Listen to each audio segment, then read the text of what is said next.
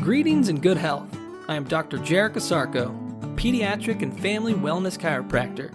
This is your Lifeline to Vitality, where we discuss ways to cultivate family wellness.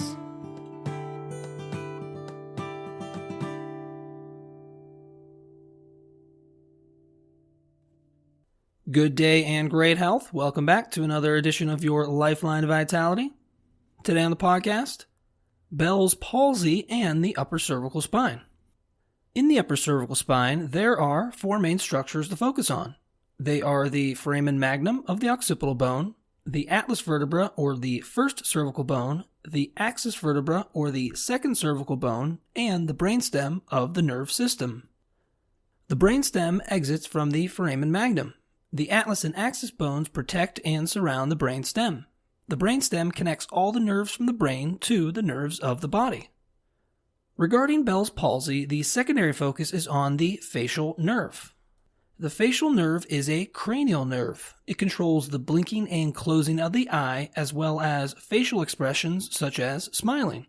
It also supplies functions to the tear glands, the saliva glands, and muscles to the inner ear. The facial nerve also senses taste from the tongue. The nerve system in general has four main functions. It controls all the movements we make, senses everything we feel, regulates all our body organs, and relates us to the outside world. When nerves get stressed, it affects their sensitivity, perception, and behavior to perform these functions. There are three types of stresses we deal with in life.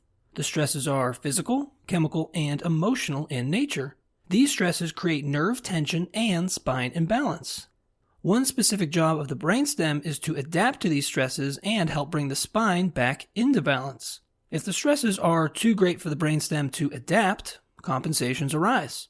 One particular compensation that occurs in the upper cervical spine is a vertebral subluxation. A vertebral subluxation will cause the atlas and axis bones to get locked in a misaligned position. This lock will perpetuate spine imbalance and nerve system tension. This tension will lead to abnormal sensitivity, perception, and behavior of the brainstem and surrounding nerves. Nerve system function is then disrupted. Over time, this disruption can lead to symptoms of the involved nerves.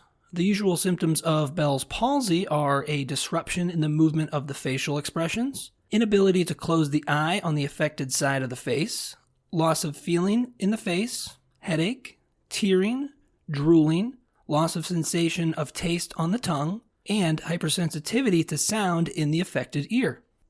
If we reference the facial nerve, we can see that it associates with Bell's palsy symptoms.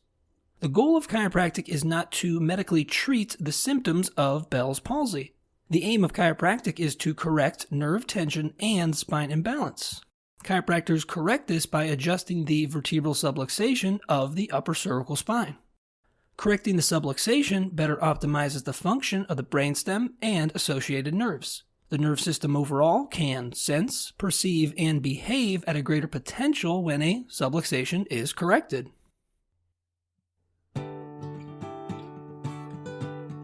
Thank you for listening.